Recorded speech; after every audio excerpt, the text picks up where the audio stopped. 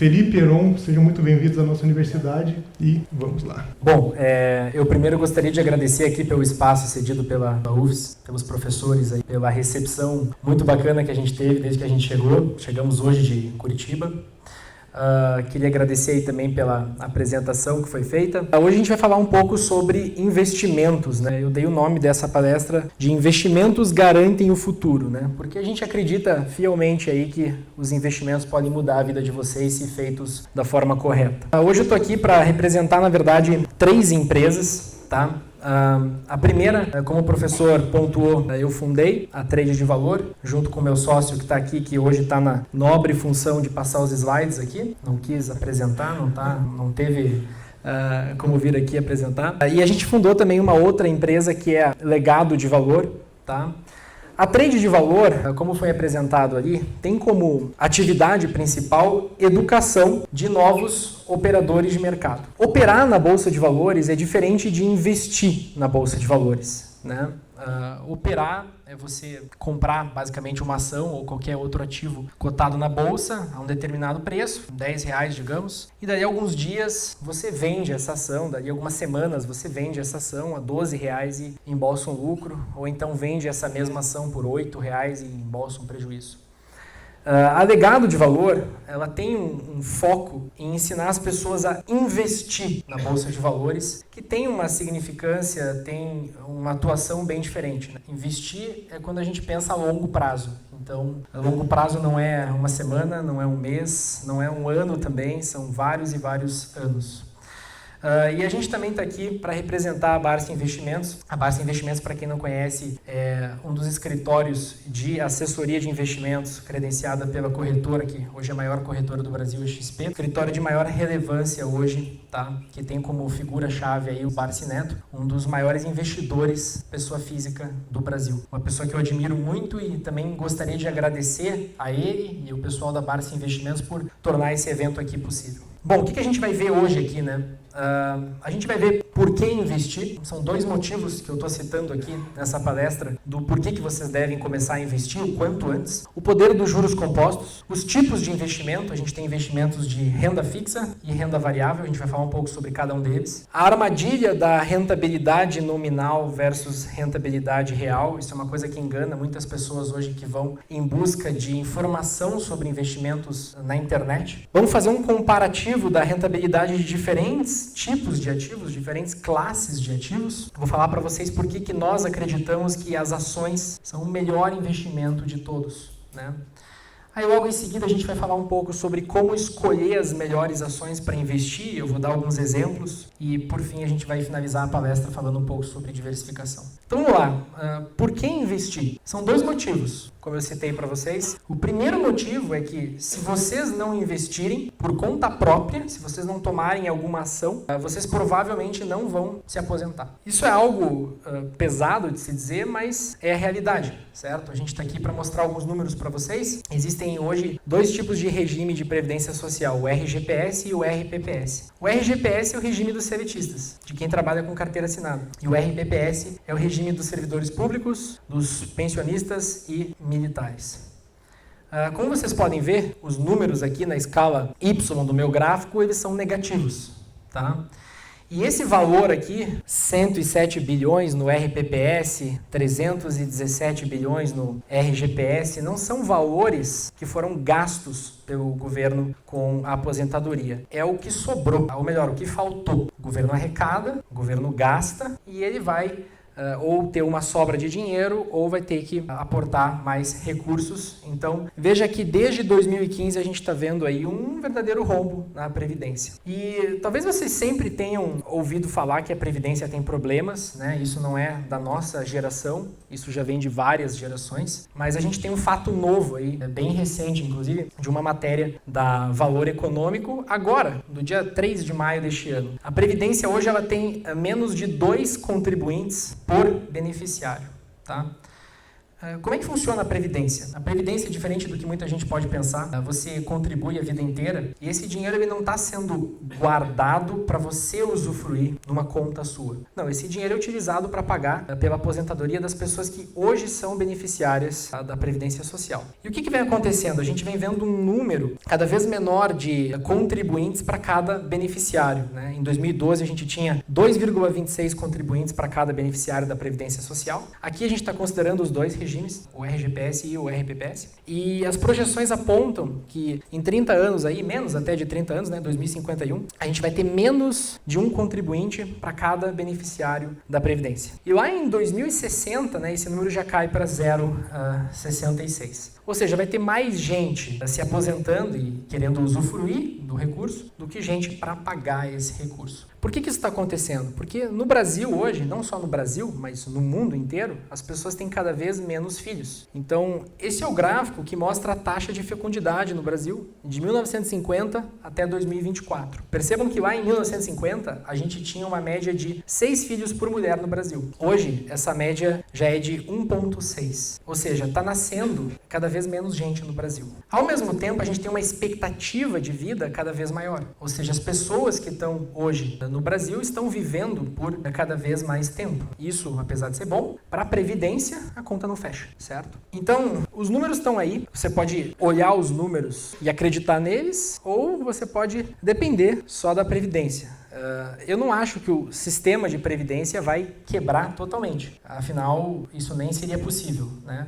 Mas o tempo de contribuição só vai aumentar daqui para frente e o teto da Previdência só vai diminuir em valores reais. Bom, além do motivo da Previdência, a gente também pode citar aqui outro motivo para você investir, que o investimento é a melhor maneira de enriquecer e construir patrimônio. Por que isso acontece? Porque quando você investe, cada real que você coloca no investimento, ele está sujeito a um regime de capitalização do tipo juro composto. Existem dois tipos de regime de capitalização, o juro simples e o juro composto. O juro simples, né, vocês, acredito eu que todos aqui sejam alunos de economia ou administração, né? Então vocês devem estar familiarizados com esses dois tipos de regime de capitalização. O juro simples, ele não é tão bom quanto o juro composto, porque o juro só vai incidindo no valor inicial. Então você aplica R$1.000, o juro vai sempre incidir sobre aqueles mesmos R$1.000. Agora, o juro composto é diferente, porque você vai aplicar R$1.000, você vai ter um retorno de, não sei, 10%, e aqueles R$1.000 já vão se transformar em R$1.000 e 100. Da próxima vez que esse juro incidir, ele vai incidir agora sobre os 1.100 e não sobre os 1.000 iniciais, né? Então é juros sobre juro e ele vai criando aquele efeito bola de neve que a gente gosta de ver nos investimentos. Isso a longo prazo é uma maravilha, tá? A gente tem uma curva exponencial, né? Quando a gente compara juro simples e juro composto, no curto prazo a diferença não aparece, mas no longo prazo a diferença começa a ficar cada vez maior. Vou fazer uma brincadeira aqui com vocês, bem boba, tá? O que vocês preferem? R$1 milhão hoje ou 1 centavo dobrando todo dia por 30 dias? O que vocês preferem? Muitos de vocês podem preferir R$1 milhão hoje, mas a verdade é que 1 centavo, né, que é um valor insignificante, dobrando todo dia por 30 dias, o número no final é mais de R$5 milhões. Claro, né, pessoal, que nenhum investimento dobra todo dia, não existe um investimento desse tipo, mas essa é só uma maneira da gente ilustrar como que os investimentos funcionam através do juro composto. Essa é outra imagem também que representa o juro composto. Eu tenho um valor aqui de pode ser R$1, e eu estou elevando inicialmente esse R$1 a 365, né? A gente pode colocar 365 dias aí. E eu termino com o mesmo R$1. Agora, se eu coloco uma porcentagem de 1% em cima desse valor, ao longo dos mesmos 365 dias, esse valor vai para mais de R$37, né? Então, cada real que você aplica num regime de juro de, digamos, 1% ao mês, que é muito possível você ter hoje, vai se transformar, depois de 360 meses, em mais de 37 vezes o valor aplicado, R$37. Bom, daí a gente vai para os tipos de investimento, né? Hoje existem dois tipos principais de investimento. Os investimentos de renda fixa e os investimentos de renda variável. O que são os investimentos de renda fixa e os de renda variável? Como o próprio nome diz, renda fixa, no momento que você está aplicando, no momento que você está investindo num produto desse tipo, você já sabe o quanto você vai ganhar. Isso está fixado, isso não muda. É como se fosse um contrato. Você vai lá e assina que você vai ganhar aquele valor investindo em determinados produtos. A gente pode citar aí, como alguns produtos de renda fixa, os títulos do Tesouro Nacional, também conhecido como Tesouro Direto, os CDBs, as letras de crédito, as debêntures. Depois eu vou falar um pouco sobre cada tipo de investimento. Aí a gente tem a renda variável, que como o próprio nome diz, varia. A gente não sabe o quanto a gente vai ganhar quando a gente investe em produtos desse tipo. É uma incógnita. E a gente tem as ações, os fundos imobiliários e até mesmo as criptomoedas aí dentro dessa modalidade. Bom, e a poupança, né? A poupança hoje é o investimento mais famoso do Brasil. Talvez vocês tenham estranhado ela não estar ali no slide anterior. Bom, a poupança, na verdade, ela não é investimento. A gente tem essa filosofia, a gente acredita nisso. Porque quando você investe na poupança, você está pegando o teu dinheiro, dando para o banco e falando assim, banco, use como você quiser, eu não sei administrar meu dinheiro, eu me contento com uma taxa bem pequenininha, em troca você pode usar meu dinheiro para fazer o que você quiser. E o banco vai usar teu dinheiro, ele vai emprestar o dinheiro a juros altíssimos e vai te remunerar com um juro pequenininho. Então, por mais que a poupança, pode mudar de slide, seja hoje o investimento mais famoso do Brasil, né?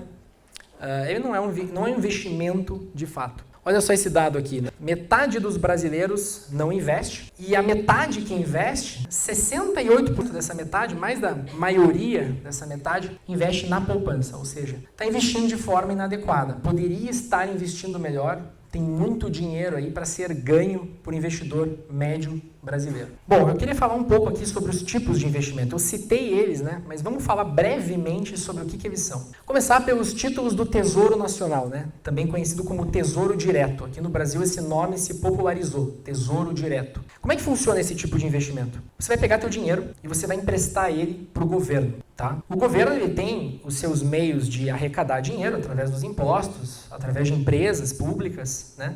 Ele tem sua despesa, mas ele também vai atrás de recursos dessa forma, certo? Ele vai estar pedindo recurso através do Tesouro Direto. Ele vai emitir títulos com a promessa de que você vai ser remunerado com um juro se você emprestar o teu dinheiro para o governo. Aí depois nós vamos para os CDBs. Os CDBs, basicamente, o que muda é que você vai estar emprestando o teu dinheiro para o banco. Só que ao invés de fazer isso através da poupança e ser remunerado com um juro pequenininho, quando você investe através de um CDB, o banco vai te pagar um juro pelo menos 2 vezes maior, ou se não até em alguns casos 3 vezes maior. Então, o banco ainda vai pegar o teu dinheiro e vai emprestar ele a juros altíssimos e vai ganhar muito dinheiro fazendo isso, mas você vai ser muito melhor remunerado por isso. E aí a gente tem as letras de crédito. As letras de crédito, você vai estar emprestando dinheiro para alguns setores da economia que precisam de crédito, ou setor imobiliário ou agronegócio. Quem faz a intermediação desses recursos é o banco também. Então você compra um título que o banco emite, mas ele tem a obrigação de repassar esses recursos para o agro ou para o setor imobiliário. Então já falamos aí de investimentos onde você empresta para o governo, já falamos de investimentos onde você empresta para o banco, já falamos de investimentos onde você empresta para o setor imobiliário ou para o setor agrícola. E aí você tem outro tipo de investimento de renda fixa onde você vai estar emprestando para as empresas. Então uma empresa precisa de dinheiro, ela tem vários meios de recorrer a esse dinheiro. Um dos meios é ir no mercado e buscar recurso emitindo também títulos. E aí você compra esses títulos e é remunerado por isso. E nós temos a renda variável, né? A gente vai ver mais pra frente, essa palestra aqui ela é totalmente voltada para a renda variável. Eu tô fazendo apenas uma introdução aqui para vocês dos tipos de investimento, mas a gente vai ver mais pra frente que existem as ações, que nada mais são do que pedaços de empresas. Então você está comprando uma empresa, de fato, você está se tornando sócio de uma empresa. Você tem os fundos imobiliários, onde você está comprando um pedaço de um imóvel e recebe juro desse imóvel, recebe a valorização que esse imóvel produz. E você tem as criptomoedas, que é um tipo de ativo digital que boa parte das pessoas ainda não entende muito bem como ele funciona, porque é um ativo muito novo, ele veio nessa última década aí, mas ele sobreviveu ao tempo e hoje a gente já tem vários indícios de que ele é um ativo sólido e também pode ser considerado aí um investimento de renda variável. Bom, quando a gente fala de investimento, seja de renda fixa ou de renda variável, a gente tem que tomar cuidado com uma coisa muito importante, tá? E aí que muita gente na internet aplica golpe, vai querer te enganar vendendo investimento como algo fácil e algo rápido, tá? Sendo que não é bem assim. A gente tem a rentabilidade nominal e a rentabilidade real de um investimento. Qual que é a diferença das duas? A rentabilidade nominal é o quanto aquele investimento está pagando. Você vai lá no valor de face dele, numa corretora, num banco, onde você vai investir. Está lá, o investimento está pagando 11% ao ano. Essa é a rentabilidade nominal. Só que você tem que descontar uma coisa chamada inflação de todos os investimentos que vocês fazem. O que é inflação? Inflação é a perda do poder de compra, né? No Brasil, se a gente pegar desde o início do Plano Real, em 94, então já fazem aí 30 anos, né? A inflação média no Brasil, medida pelo índice IPCA, é de cerca de 6,3% ao ano. O que isso quer dizer? Isso quer dizer que todo ano você fica 6% mais pobre. É isso. Já a taxa Selic, que é a taxa de juros básica do Brasil, todos os investimentos de renda fixa derivam dessa taxa. Historicamente, ela é de 11,5%, 11,45%. Isso é uma média, pessoal. Hoje a taxa está um pouco abaixo disso. Alguns anos atrás ela estava um pouco mais alta. Essa é uma média dos últimos 30 anos. Média da inflação e média da Selic. Bom, muita gente pega a rentabilidade real, que seria a rentabilidade nominal descontada da inflação, e aplica essa fórmula aqui, ó, de baixo, que é uma aproximação. Essa fórmula, na verdade, se você aplicar ela, você vai estar aproximando a rentabilidade real. Não é a rentabilidade real de verdade. Existe uma outra fórmula um pouquinho mais complexa para calcular a rentabilidade real. O que eu quero mostrar para vocês? Muita gente vende investimentos como algo fácil quando vai lá e simula o que teria acontecido se você tivesse investido um determinado valor por um determinado tempo e apresenta um valor exorbitante no final. Então, estou dando um exemplo aqui para vocês. Alguém que investiu R$500 todos os meses nos últimos 30 anos, por 30 anos. Só que daí eu vou lá e eu considero a taxa nominal, sem considerar a inflação. Eu vou chegar para vocês e vou falar assim, ó gente, alguém que fez esse investimento aí conseguiu um retorno de mais de R$1.300.000, quase R$1.400.000. Só que esse cálculo não está certo. Porque esse R$1.381.000, ele não vai ter o mesmo valor de hoje quando você for usufruir ele 30 anos daqui para frente. Essa é a curva de capital, né, dessa simulação que eu mostrei para vocês. Então a gente consegue ver que o juro composto faz a sua mágica aí. Em azul está o valor que você investiu. Todos os meses, R$500. E em verde está o total de juro que você ganhou. Perceba como no começo você tem um valor saindo do teu bolso grande e pouquíssimo juro, mas ao longo do tempo, né, o valor que você está aportando se torna irrelevante e o juro que você vem ganhando acaba fazendo muito mais peso, tá, no seu capital. Qual que é a simulação correta? A simulação correta é utilizar a taxa de juros real, ou seja, eu vou pegar aquela Selic lá de 11,45, que é a média dos últimos 30 anos, e eu vou calcular ela subtraindo a inflação de 6,36% ao ano. Quando a gente faz isso, é desanimador. Por quê? Porque a taxa de juro real é de só 4,79%. Ou seja, investindo num produto de renda fixa comum, você pode esperar algo como 5% de criação de riqueza ano após ano. Ano após ano você vai ficando rico 5% a mais, né? Você vai ficando 5% a mais rico. Então, essa é a curva de capital dessa nossa outra simulação. Veja que ela também não é muito glamurosa, né? Igual a gente mostrou com a primeira ali, onde eu usei a rentabilidade nominal. Tá? A gente vê que, na verdade, aqui a gente tem bastante valor investido e bastante juro também, mas não tem aquela discrepância enorme. Bom, então a gente pode fazer algumas considerações sobre a renda fixa. Claro que não são todos os produtos de renda fixa que vão te dar uma taxa real de 4,79% igual eu mostrei. Existem produtos melhores, existem alocações melhores. A renda fixa tem o seu papel, ela é uma excelente forma de preservar dinheiro ao longo do tempo e uma forma de gerar renda, porque quem tem muito dinheiro usa a renda fixa como uma forma de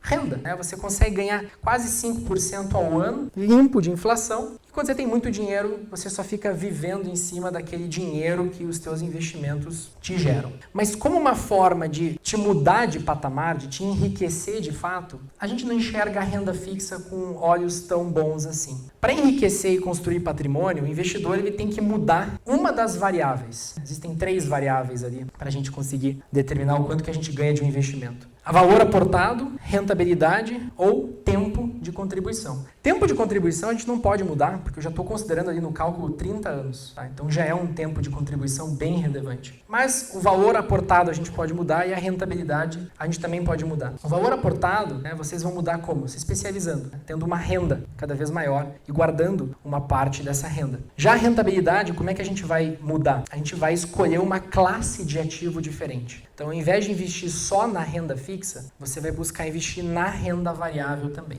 Esse gráfico que está aí na tela, ele é um gráfico que mostra diversas classes de ativo, o retorno que elas teriam gerado ao longo do tempo. Ele é um gráfico de um estudo que foi feito nos Estados Unidos. Tá? Se a gente for trazer isso para o nosso mercado, a figura é um pouco diferente. Tá?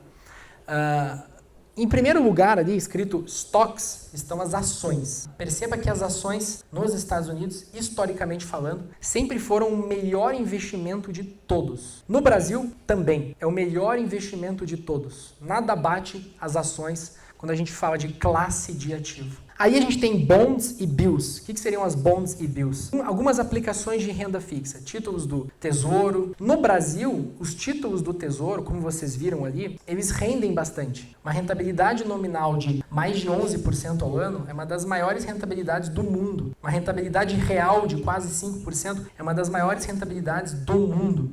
Tá?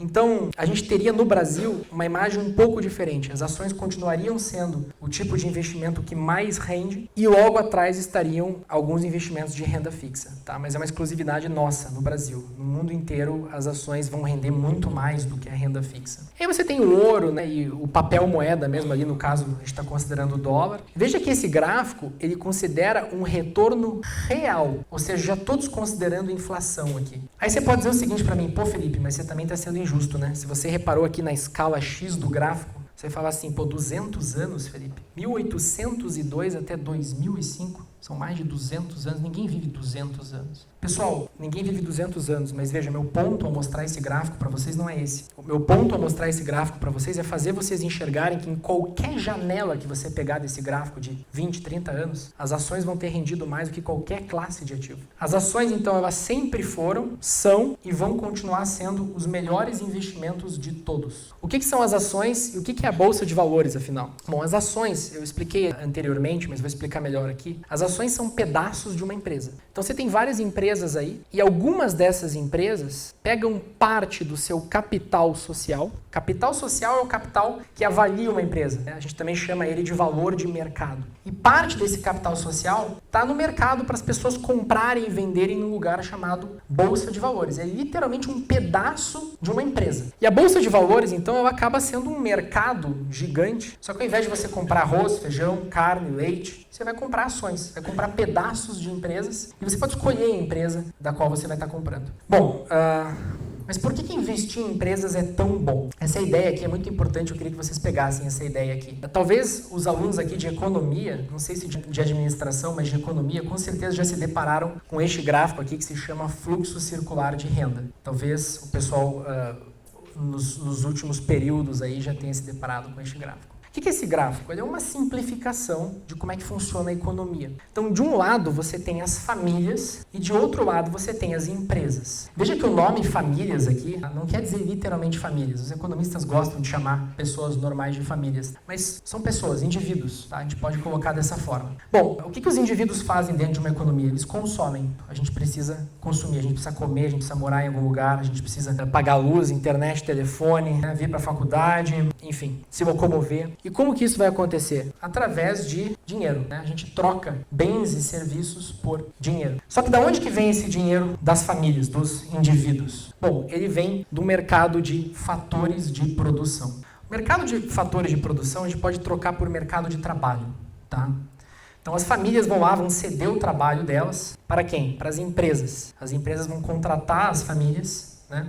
E elas mesmas vão cuidar de desenvolver os bens e serviços que as famílias precisam consumir. Então é um ciclo, né?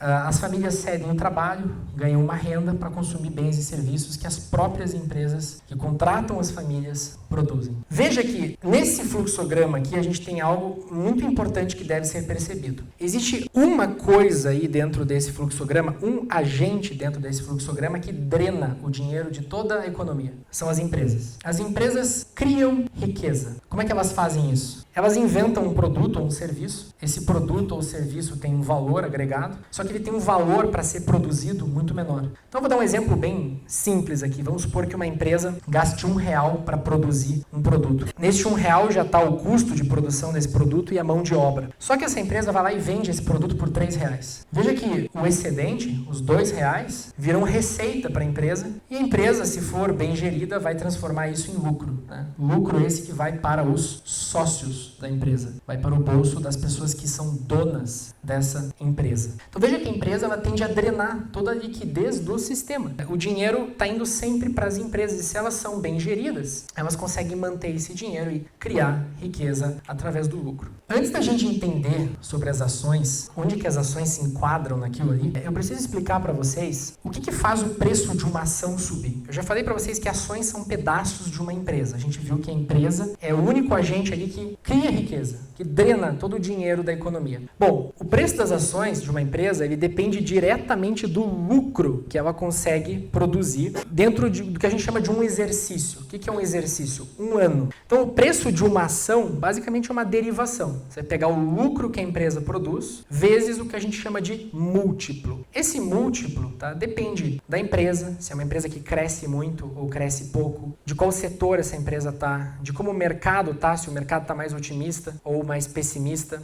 por comprar ações, por comprar pedaços de empresas, tá? Mas a gente pode resumir isso aqui de uma forma. O preço de uma ação na Bolsa de Valores, ele segue a curva de lucros de uma empresa, ok? Eu acabei de falar para vocês que as empresas são o único agente aqui que consegue criar riqueza, que consegue ter lucro, consegue drenar o dinheiro da economia. E eu acabei de falar para vocês também que ações são pedaços de empresas e ações sobem conforme as empresas dão mais lucro. Então veja que aí que está a sacada do porquê que você deve investir em empresas. Porque as empresas, quando você investe nelas, quando você compra uma ação delas, você está se tornando dono de um pedaço delas. E esse lucro vai para você. Bom, aí vai uma demonstração de como que a cotação das ações se comportam dependendo do lucro de uma empresa. Aí a gente tem a Cielo. A Cielo, acho que todo mundo conhece, uma empresa de serviços financeiros, são as maquininhas de pagamento. Durante 2009, 2016, 2017, veja que o lucro anual da Cielo, ele só cresceu. Ele saiu lá de 2 bilhões aproximadamente, chegou a bater quase 4 bilhões. Em laranja é o valor da ação da Cielo. Tá? A ação da Cielo acompanhou essa alta no lucro da empresa. Só que a partir de 2018, a Cielo começou a enfrentar uma competição acirrada por outras empresas que entraram nesse segmento das maquininhas. E aí, o que aconteceu? O lucro dela acabou caindo e isso levou o preço das ações para baixo. Só estou mostrando para vocês como que as ações se comportam frente ao lucro das empresas. Se o lucro sobe, as ações sobem. Se o lucro cai, as ações caem. Esse é o Banco Itaú. Todos vocês conhecem o Banco Itaú, né? Hoje é o maior banco do nosso país. Veja, em azul está o lucro do Banco Itaú. O lucro do Banco Itaú saiu lá de 5 bi em 2004, 2005 para os atuais 35 bi. E as ações saíram ali de menos de R$5 para mais de R$30 hoje. Então, outro exemplo, né, aqui de uma empresa que só vem dando cada vez mais lucro. Mas então, Felipe, se o que move o preço de uma ação é a evolução na curva de lucro dela, eu vou buscar empresas que ao longo do tempo consigam reportar um lucro cada vez maior, certo? Mas como que eu vou saber quais são as empresas que vão fazer isso? A gente tem alguns macetes que a gente criou para classificar as empresas e descobrir quais são as empresas de alta qualidade, as empresas que fazem isso, que ano após ano elas vão dando cada vez mais lucro aí para os seus acionistas, para os seus sócios. Então, o que faz uma empresa ser de alta qualidade? Primeira coisa, o mais importante de tudo, histórico de lucratividade. No mercado financeiro tem uma frase que diz o seguinte: rentabilidade passada não é garantia de rentabilidade futura. Então, o que aconteceu no passado não necessariamente vai acontecer no futuro. E é verdade, mas quando você trabalha com empresas que já vêm muito fortes no passado, a chance delas continuarem fortes no futuro aumenta muito. Existe uma chance muito grande de que as ações dessas empresas continuem subindo, de que essas empresas continuem reportando um lucro cada vez maior. Então, quando a gente vai analisar uma empresa, a gente pega os últimos 10 anos e a gente vê como que o lucro dessa empresa se comportou. Se ele foi recorrente, ou seja, se ele sempre existiu, se essa empresa nunca reportou prejuízo, a gente gosta. Se esse lucro veio crescendo ao longo dos últimos anos, a gente também gosta. Muitas vezes as empresas reportam crescimento de receita, só que esse crescimento de receita ele não é real. A gente tem inflação e, infelizmente, a gente acaba tendo o preço dos produtos sendo reajustado e as empresas vão reportando mais lucro conforme elas vão vendendo os seus produtos, mas a gente tem que descontar a inflação para saber se está tendo crescimento real, se a empresa está conseguindo vender mais ou para mais pessoas. Para isso a gente pega a curva de receita e olha se ela vem crescendo acima da inflação. Daí entram o que a gente chama de fundamentos qualitativos, porque a gente tem os fundamentos quantitativos, que é lucro, receita, e a gente tem os fundamentos qualitativos. Eu vou olhar para a qualidade da empresa. Então eu quero empresas com uma marca forte, empresas que tenham alguma patente, empresas que tenham barreiras de entrada, ou seja difícil competir com elas.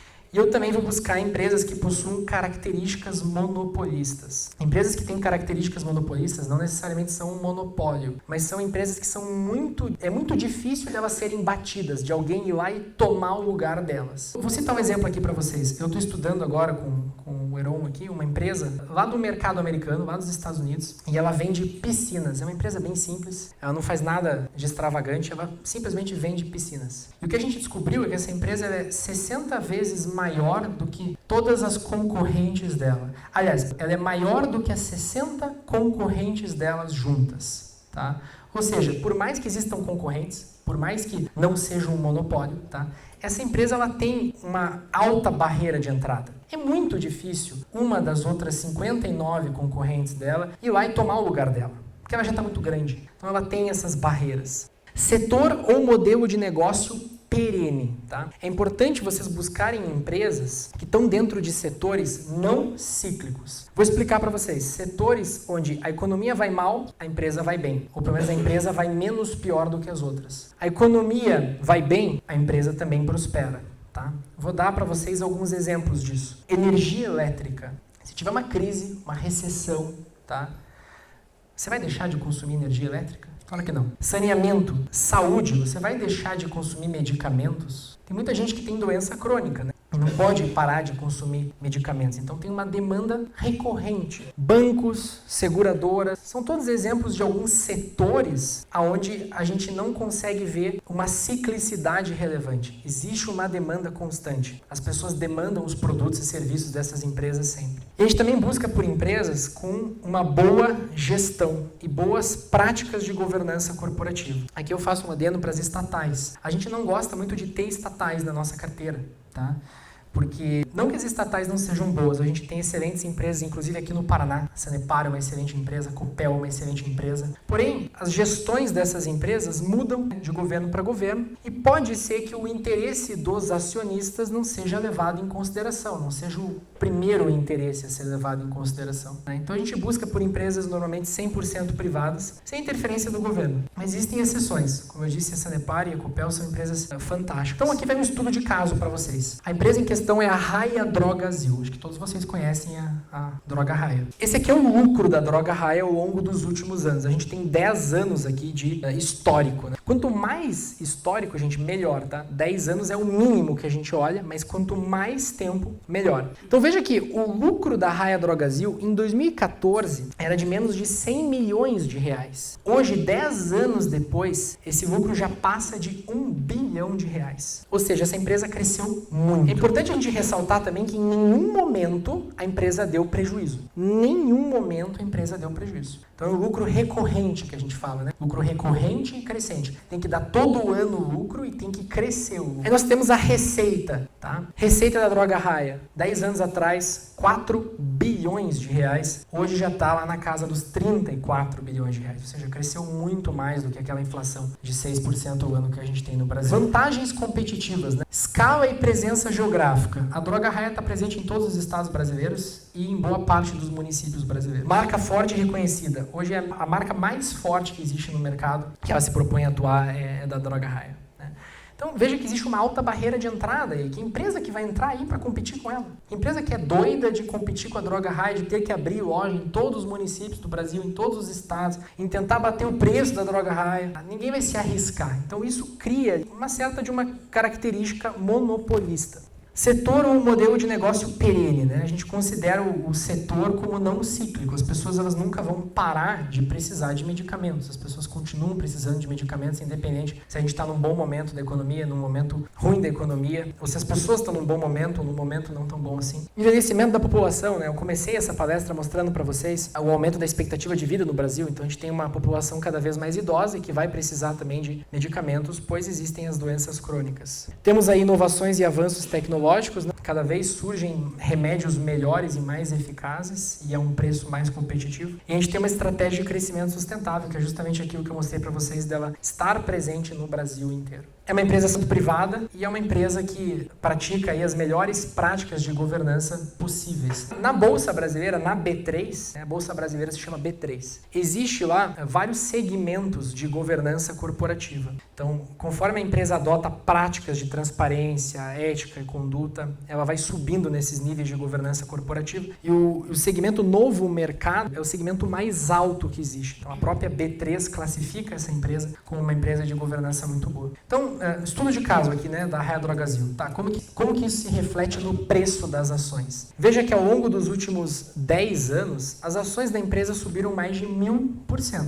Ou seja, a gente está falando de um investimento que rende mais ou menos 25% ao ano. Muito melhor do que a renda fixa ali que a gente viu de 11,4% ao ano em média. Só que olha a magia dos juros compostos, né? Essas empresas, elas geralmente possuem essas características que eu mostrei para vocês e elas continuam prosperando. Então, se você pega em 15 anos a rentabilidade, já vai lá para 3.200% ou 26% ao ano. Ou seja, cada real que você investiu em Raia Drogasil em 2007 teria se transformado em mais de 32 reais. Outra empresa boa que a gente tem no nosso mercado, que a gente vai fazer um estudo de caso aqui, é a WEG. Vocês conhecem a WEG aqui? Levanta a mão quem conhece a WEG. A boa parte do pessoal conhece a WEG. A WEG é uma empresa lá de Jaraguá, de Santa Catarina, tá?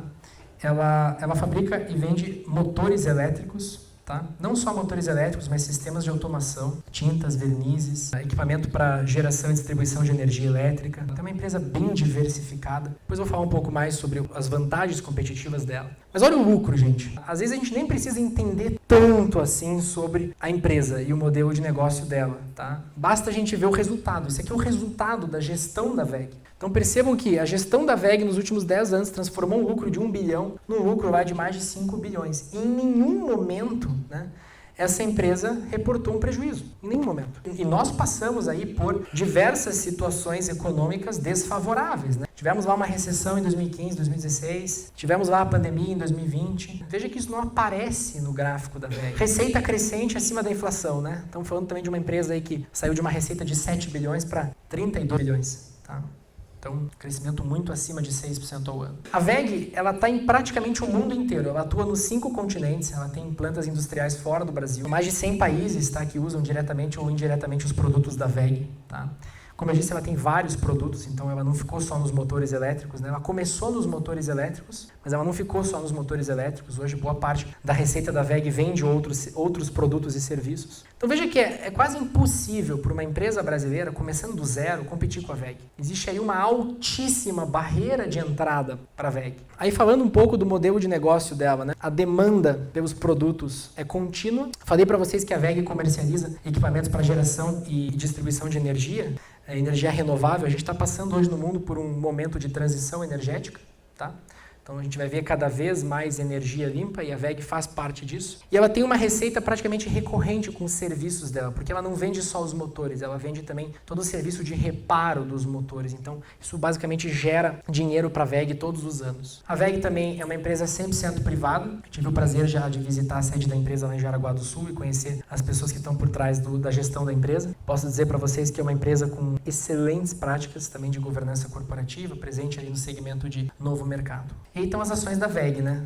A VEG é uma queridinha na Bolsa de Valores brasileira e todo mundo fala dela. Por quê? Porque a VEG, ao longo dos últimos 10 anos, também subiu mais de 1000% ou 25% ao ano. E ao longo dos últimos 15 anos, vem subindo aí cerca de 23% ao ano, com um retorno de incríveis 2.400%, né? Ou seja, cada real que você investiu na VEG se transformou em R$24 hoje, né? Olhando aí para 15 anos atrás. Só uma coisa, tá? Ali é 2009, não é 2007. E a gente tem um outro estudo de caso de uma empresa que não atende os nossos critérios, né? E, gente, tá cheio de empresas assim na Bolsa. Cheio. Hoje a Bolsa brasileira ela tem mais de 500 empresas sendo listadas, negociando com suas ações. O que mais tem é empresa assim, que não consegue reportar lucro de forma recorrente, ou então só vem apresentando prejuízo atrás de prejuízo, né? Então a gente tem aí a Azul, certo? Acho que todo mundo deve conhecer a Azul, a companhia aérea. Olha só o lucro da Azul nos últimos anos, né? Uma empresa que praticamente não deu lucro. Ela deu lucro ali nos anos de 2017, 2018, comecinho de 2019 e depois só prejuízo. Prejuízo atrás de prejuízo. A receita, né? A receita dela conseguiu crescer, mas perceba que é um crescimento muito inferior ao das outras empresas e perceba que existe uma armadilha aqui. Muita gente só investe olhando em receita. Ah, como é que está a receita dessa empresa? Deixa eu ver como é que está a receita. Ah, cresceu a receita, então a empresa é boa. Não. O lucro é a métrica mais importante que existe, tá? Não adianta a receita estar crescendo se o lucro não crescer. Aí a gente tem as desvantagens competitivas aqui, né? E um péssimo modelo de negócio da Azul. Bom, primeiro, custos operacionais elevados, né? Como é que uma aérea opera? Como é que uma companhia aérea opera? Primeiro que os aviões que ela tem não são dela. Ela aluga esses aviões num processo que a gente conhece como leasing. E os custos são em dólar. Então, se tem alguma movimentação de alta no dólar, a empresa, infelizmente, acaba tendo uma despesa maior, né? Fora o preço do combustível, né? A empresa acaba ficando refém do preço dos combustíveis. Ela tem uma margem baixíssima, uma concorrência acirrada e é um setor altamente regulamentado. Tá? Regulamentado, fora todas as tarifas aí que a gente tem por parte do governo para o setor. Então aí está o gráfico da Azul na Bolsa, né? Estou pegando aí nos últimos 10 anos, retorno de menos 55%. Ou seja, quem investiu na Azul lá em 2014 teria transformado R$1 em 45 centavos. Né? Acho que não é uma boa ideia você esperar 10 anos para ir. E assim, pessoal, como eu disse, na Bolsa brasileira a gente tem muita empresa ruim. Temos empresas excelentes, mas a grande maioria não é de alta qualidade como a gente quer, tá? Como eu disse, a gente tem mais de 500 empresas e o que? Uma dúzia de empresas realmente são boas e a gente consegue investir para longo prazo e ganhar dinheiro com a valorização das suas ações, né? A gente tem essa confiança de investir na empresa. Agora, existe coisa ainda melhor do que VEG, do que Raia Drogasil, que eu mostrei aqui para vocês, né? Este é um gráfico que está comparando as ações americanas com as ações brasileiras, tá? As ações brasileiras, pessoal, veja que aqui eu estou utilizando uma representação média das ações brasileiras. Como assim uma representação média? Existe um índice chamado índice Ibovespa. Ele vai pegar cerca de 80 empresas extremamente relevantes para a nossa economia, que estão na nossa bolsa, e ele vai representar essas empresas aí. Aí veja que ao longo dos últimos 10 anos, a nossa bolsa em geral não teve uma performance boa, um resultado bom. Se você investiu no índice, se você investiu em boas empresas, eu mostrei para vocês a rentabilidade de algumas delas. Agora, pensa num mercado que está praticamente todo esse período subindo, né? É o mercado americano. O que está em branco no nosso gráfico aí é o índice SP500, tá? Esse é o mesmo índice benchmark, é uma representação, é uma média, só que da bolsa americana, tá? E na sua composição, ao invés de 80 empresas, tem 500 empresas mais relevantes da economia. Só percebam que, ao longo de uma década, né, a nossa bolsa, em geral, ficou estagnada, enquanto que a bolsa deles subiu aí coisa de mais de 300%, quase 400%. Outro motivo para você buscar ativos fora do Brasil também, você não precisa hoje investir só no Brasil, você consegue buscar ativos fora do Brasil. Lá a inflação é mais baixa, tá? Peguei e fiz uma tabela comparativa aqui para vocês verem a inflação do real versus a inflação do dólar, tá? Então vejam que existe algo curioso aqui. Nos últimos 5 anos, né, a inflação foi mais ou menos parecida. Foi de 33%, enquanto que o dólar teve uma inflação de 23%, né? Agora, quando você vai para escalas maiores, tipo 10 anos, né, você já começa a ver que a inflação do real foi de 78%, enquanto que a inflação nos Estados Unidos só foi de 32%. Né? O que isso significa na prática? Olhando aí os últimos 30 anos, né? Onde a nossa inflação foi de mais de 560%, enquanto que a inflação nos Estados Unidos foi de 100 e poucos por cento. Um americano médio precisaria ganhar um pouco mais do que o dobro do que ele ganhava 30 anos atrás. Já um brasileiro médio precisa ganhar mais de 6 vezes o que ele ganhava 30 anos atrás. E a gente sabe que os salários, infelizmente, não acompanham a inflação. Muitos deles. Né? Então veja que a inflação média no Brasil, nesses últimos 30 anos, foi de um pouco mais de 6%, que a gente já viu. Mas a inflação média nos Estados Unidos foi de pouco mais de 2,5%. Pessoal, essa é uma diferença brutal, tá? Por quê? Porque a gente viu que o que gera ganho real no investimento é você pegar a rentabilidade dele e descontar a inflação. Fica muito mais fácil você criar riqueza, você construir patrimônio, você conseguir ganhar dinheiro com os seus investimentos quando você tem uma inflação historicamente mais baixa. Eu vou mostrar para vocês 2 empresas aqui americanas, tá? Você não precisa se limitar a investir nas empresas brasileiras, né? Você pode investir, inclusive com corretoras brasileiras, em empresas como a Mastercard, né? Acho que todo mundo deve conhecer a Mastercard, né? Mastercard, que opera os cartões de crédito, não é só uma empresa de serviços financeiros, é uma empresa de tecnologia, né? Pense que para você ter uma rede de meio de pagamentos, que processa meio de pagamentos no mundo inteiro, você precisa ter uma capacidade de armazenar e processar informações gigantesca. A gente vê isso aí através do lucro da empresa, né? Esse aqui, na verdade, é o fluxo de caixa da empresa, que vai ser uma métrica muito parecida com o lucro, tá? Estou mostrando aí para vocês a evolução do fluxo de caixa, a evolução da receita da Mastercard. Perceba que aqui, ó, nesse gráfico que eu usei, ali onde 10Y, né, é 10 anos. Então, nos últimos 10 anos, essa empresa cresceu 11% ao ano a sua receita. Tá? Muito acima ali dos 2,5% de inflação que a gente tem nos Estados Unidos. Então, como eu disse, além de ser uma empresa que processa pagamentos financeiros, ela é uma empresa de tecnologia avançada. A gente tem uma marca forte e reconhecimento global. A Mastercard ela opera junto com a Visa dentro de um duopólio, que a gente chama. Difícil uma empresa entrar ali para desbancar. Até existem outras bandeiras ali, outras empresas que se propõem a entregar esse serviço, mas nenhuma delas consegue dominar essa fatia de mercado da Mastercard. Mostrando para vocês aí, né? Cada dólar investido em Mastercard em 2009 teria se transformado em $33. Né? Só que aqui, veja, aqui você tem uma rentabilidade de 22,5% ao ano. Quando você olha um prazo maior, 25% ao ano, só que uma inflação média de 2,5% ao ano. No Brasil, você consegue ter ativos com essa mesma rentabilidade, mas a nossa inflação, infelizmente, historicamente, ela é mais alta. Aí nós temos outra empresa, prometo para vocês que vai ser a última empresa que eu vou mostrar para vocês aqui, tá? Essa aqui é a Novo Nordisk, ela é uma indústria farmacêutica. Na verdade, ela é a maior indústria farmacêutica do mundo, tá? Essa empresa nem americana é, ela é dinamarquesa, só que ela tem as suas ações lá na bolsa americana, tá? Olha a evolução do lucro dessa empresa. Olha que coisa bizarra. Desde a década de 90, dando cada vez mais lucro. E tá vendo essa estirada no lucro que ela deu agora nos últimos anos? Foi por conta de 2 medicamentos que ela inventou, chamado Ozempic e Wegovy. Alguém conhece esses medicamentos aqui? Pouca gente conhece. Esses medicamentos são para tratar diabetes, tá? Essa empresa aqui, ela detém mais de 60% do mercado de insulina do mundo. Tá? Então, 60% da insulina do mundo vem dessa empresa aqui. Tá? E agora ela também vende outros remédios para tratar diabetes, para tratar a obesidade. Tá?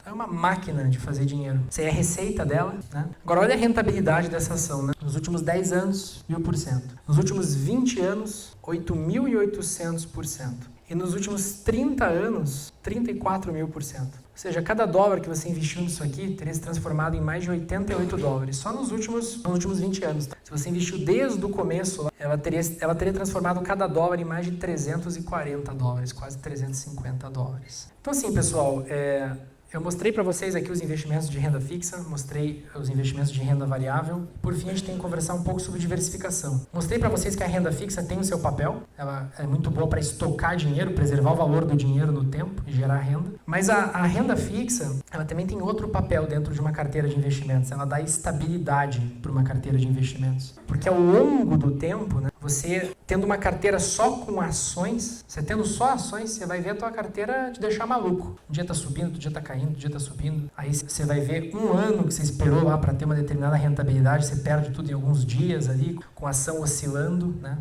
Contanto que você não venda, contanto que você siga a estratégia, não tem problema. No longo prazo, a curva de lucros da empresa deve crescer e a ação deve acompanhar isso. Agora, difícil é você ter estômago muitas vezes para ver a tua carteira oscilando dessa forma e você não vender, não sair, né? Então é importante você ter não só a renda variável, não só ações na tua carteira, mas também outras classes de ativo. Ter renda fixa, por mais que o retorno seja menor, isso vai suavizar a volatilidade da tua carteira. Investir em outros países, você não precisa ficar só limitado ao Brasil. Hoje em dia, pessoal, a gente está numa era que você pega um celular, em 15 minutos você coloca o teu CPF, você vai mandar uma foto no máximo do teu RG lá e você vai ter uma conta aberta numa corretora para você investir no mundo todo. Antes isso era burocrático, antes isso era caro, antes isso era para um grupo seleto de pessoas. Hoje em dia qualquer pessoa com R$50, com R$100 consegue abrir conta numa corretora e ter acesso a pedaços de empresas. Você pode ser sócio dessas empresas que eu mostrei para você. E é importante você ter empresas de diferentes setores na tua carteira e de diferentes tamanhos também, que é a tal da diversificação setorial e a diversificação por meio de empresa. Porque se alguma coisa acontece num setor específico da economia, você tem outras empresas em outros setores para também diminuir a volatilidade da tua carteira. E por tamanho de empresa, a gente pode citar aí que as empresas elas são classificadas em 3 diferentes tamanhos. As small caps, que seriam as empresas pequenininhas, as mid caps, que são as empresas médias, e as large caps, que são empresas aí como a Petrobras, como a Vale, como o Banco Itaú, que são empresas muito grandes. É importante você ter na tua carteira de investimentos, na hora que você vai comprar ações, empresas de diferentes tamanhos, tá? Por quê? Porque muitas vezes a gente pode estar num cenário econômico que favorece mais empresas menores. Outros cenários econômicos favorecem mais empresas maiores. Então você exerce aí vários tipos de diversificação. Então vou fazer uma simulação aqui para vocês, tá? Uma simulação agora considerando um juro real, tá? A gente acredita que se você investir dessa forma em diferentes classes de ativos, em empresas de diferentes setores, em empresas tanto no Brasil como lá fora, você conseguiria aí ter uma rentabilidade real, já descontada a inflação, de 15% ao ano, né? Considerando o mesmo aporte lá que a gente usou no início, de R$500, né? Todos os meses, durante 30 anos, que é o período aí de trabalho de uma pessoa convencional, estamos falando de um valor total já livre de inflação de quase R$3 milhões. Então, essa é a prova que os investimentos criam de fato riqueza, os investimentos mudam a nossa vida, eles têm esse poder desde que você faça as coisas da forma correta, né? E vocês, não sei que idade que vocês têm, qual será que é a média do auditório? Professor? 21, 22 anos, tá? Então, vocês têm aí muito tempo pela frente. Quanto mais cedo vocês começarem a dar atenção para isso aqui, tá? Melhor. Porque quanto mais cedo vocês começam, mais cedo essa bola de neve aqui, esse juro composto começa a acontecer. Os primeiros 10 anos é sofrido, você não vê muito resultado. Mas os próximos 10 anos já são muito melhores, e depois os próximos 10 anos já são incríveis. E é uma bola de neve. Então, pessoal, a nossa palestra foi essa, tá? A gente tem um treinamento, eu tentei resumir aqui para vocês um pouco da nossa filosofia, né, de investimentos, pensando em longo prazo, mas a gente tem um treinamento muito mais completo, é um treinamento pago, mas para vocês é gratuito. A gente está disponibilizando isso para as pessoas dessa palestra aqui de forma gratuita, tá? Então, quem tiver interesse, né, tem esse QR Code, vocês vão para um formulário lá, naquele formulário você coloca teu nome, teu e-mail, teu telefone, e eu não vou prometer que eu vou te enviar isso logo, mas dentro dos próximos 3 dias, 4 dias, aí eu consigo enviar para todo mundo acesso a esse treinamento gratuitamente. Também temos aí temos um canal no YouTube, como o professor disse, temos um perfil no Instagram, temos um e-mail, né? A gente tem muito conteúdo gratuito também que a gente faz nessas redes sociais todos os dias. Se vocês tiverem interesse, convido vocês a seguir e conhecer o nosso trabalho mais de perto. Agradeço aí pela participação de vocês, muito obrigado pelo tempo, né? Estamos numa sexta-feira aí, eu sei que é difícil, todo mundo quer descansar, quer curtir aí, começar o final de semana, mas muito obrigado pela presença aqui. Hã?